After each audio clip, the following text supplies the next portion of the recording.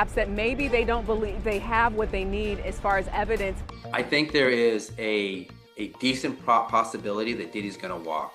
Certainly on the racketeering and the sex trafficking charges. Let's be honest, celebrity legal drama is the ultimate guilty pleasure.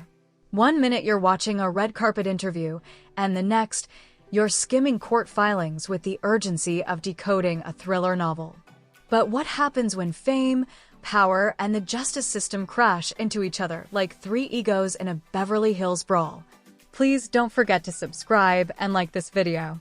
It is free and help us bring you enjoyable content.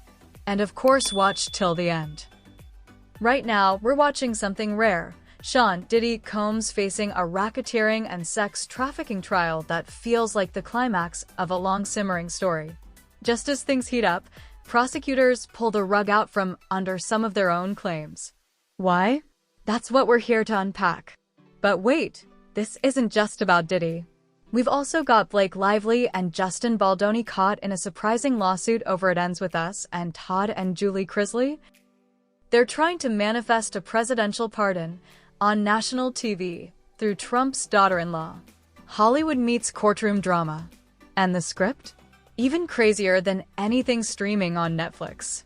So grab your emotional support coffee and let's dive into the unbelievable, but very real legal tales of the rich and infamous. So here's the headline grabber. Prosecutors in Sean Diddy Combs' highly publicized sex trafficking and racketeering trial are no longer pursuing certain theories of liability. Imagine you're halfway through a chess match and your opponent just yanks a few of their own pieces off the board. Strategic? Desperate? Calculated? All of the above? In a written notice to the judge, the prosecution didn't just drop a few casual claims, they shifted the whole tone of the case. While they didn't withdraw the most serious accusations, they've refocused the argument. Legal analysts are calling it a tactical move, perhaps an effort to streamline the narrative before closing arguments kick off Thursday. Both sides are given 4 hours to make their case. Diddy maintains his innocence. His defense has consistently denied any wrongdoing, calling the allegations baseless and suggesting this is a case built more on public perception than provable facts. But here's the real question. What causes prosecutors to pivot mid-trial in a case this massive? Is it a sign of weakness or a sign of smart lawyering? Stay with us because the next part might just shift how you see courtroom strategy forever. Let's face it, when celebrities go to court, it becomes more than just a legal proceeding. It becomes a cultural event. The difference between a regular trial and a celebrity one? The spotlight. And oh, the pressure.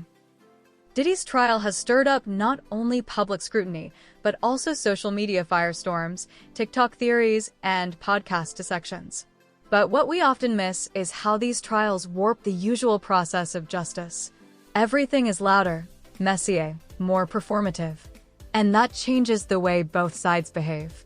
Prosecutors might feel forced to adjust their case under the weight of public commentary. Defense teams might play to the gallery as much as the jury. And somewhere in the middle, the truth. Squished beneath headlines and hot takes. Ever wonder how much justice is served versus staged? Let's keep digging. Now let's switch channels, just for a moment. From crime thriller to literary adaptation meltdown. It Ends With Us, the highly anticipated film based on Colleen Hoover's best-selling novel, has been praised, criticized, and obsessively followed by fans. But now it's facing a different kind of drama, a legal one.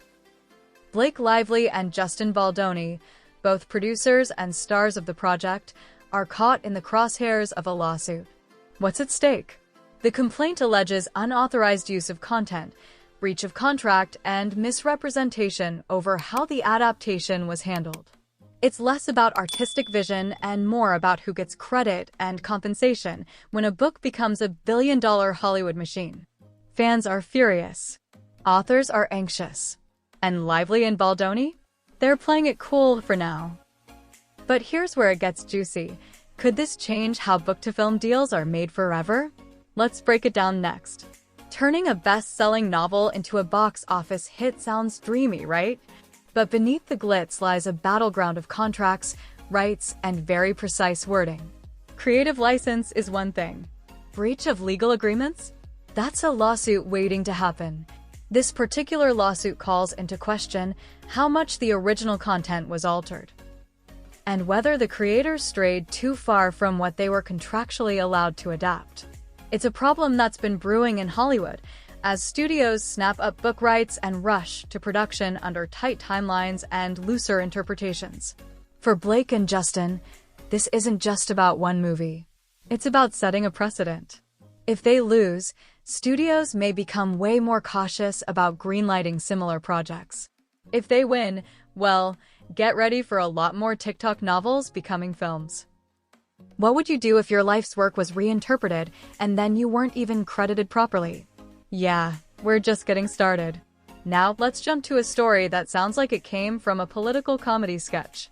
Todd and Julie Chrisley, yes, the reality TV couple who've become household names for their Southern charm and lavish lifestyle, are now appealing to none other than Donald Trump for a presidential pardon. And they're not just submitting paperwork through legal channels. No, they're making their case on air, during an interview with Lara Trump on Fox News. That's right, their shot at freedom is now part of a media tour. The Chrisleys, who were convicted of financial crimes and sentenced to prison, have always maintained their innocence. But their appeal for clemency now has a distinctly political twist, playing directly into the MAGA media ecosystem. Think this is all a publicity stunt? Or a calculated strategy to tug the right political strings? Well, here's what happened next, and why it might actually work. Pardons aren't handed out like candy. They're rare, often controversial, and usually steeped in political motivations. But when fame and influence collide with the justice system, the rules seem to bend. Todd and Julie's appeal is banking on more than just legal merit. It's banking on visibility, loyalty, and aligning with the right people. The public nature of their appeal might seem ridiculous, but history shows it's not unprecedented.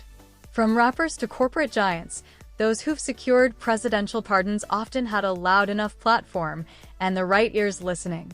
Is this the new frontier of legal strategy? Skip the judge, go straight to the camera?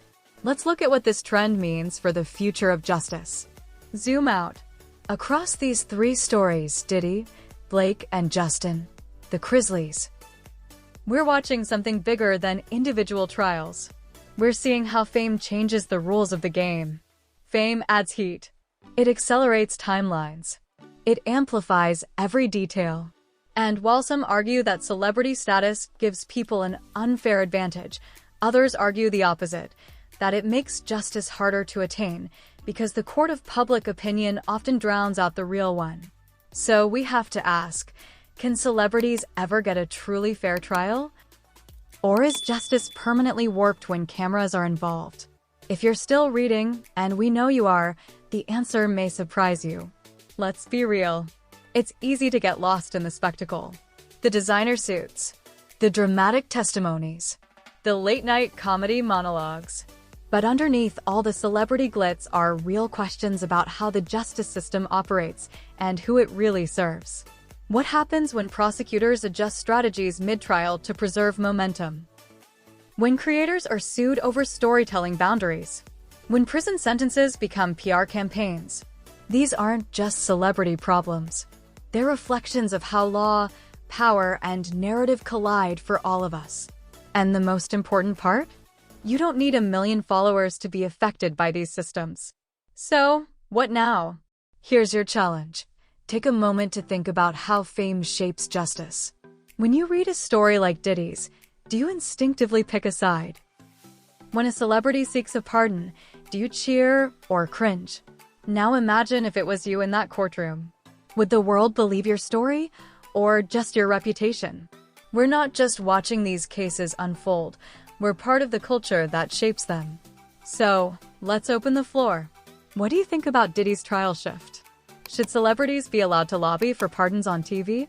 Is the "it ends with us" lawsuit valid, or just Hollywood politics? Drop your thoughts. Share your gut reactions. This conversation isn't just about stars, it's about the system they shine in. And, just like that, you're not just watching the drama, you're part of the story.